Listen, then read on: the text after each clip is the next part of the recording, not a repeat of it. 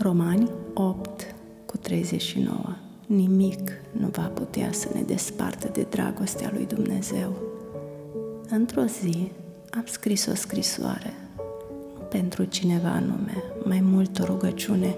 Am pliat-o, am pus-o într-un plic și am scris pe el, pentru Dumnezeu.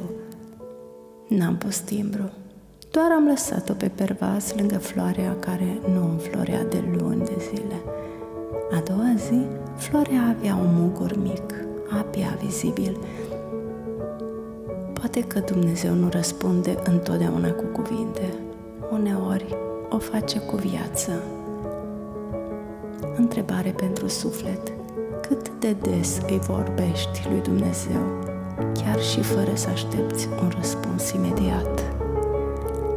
Dar înainte să răspunzi, să ne închinăm și să zicem împreună: Doamne, primește-mi gândurile ca pe o scrisoare tăcută și trimitem răspunsul Tău sub forma care mă va atinge cel mai adânc. Amin. Acum putem să lăsăm gândurile să curgă în comentarii, iar o apreciere, o distribuire, un nou abonat ne ajută mult.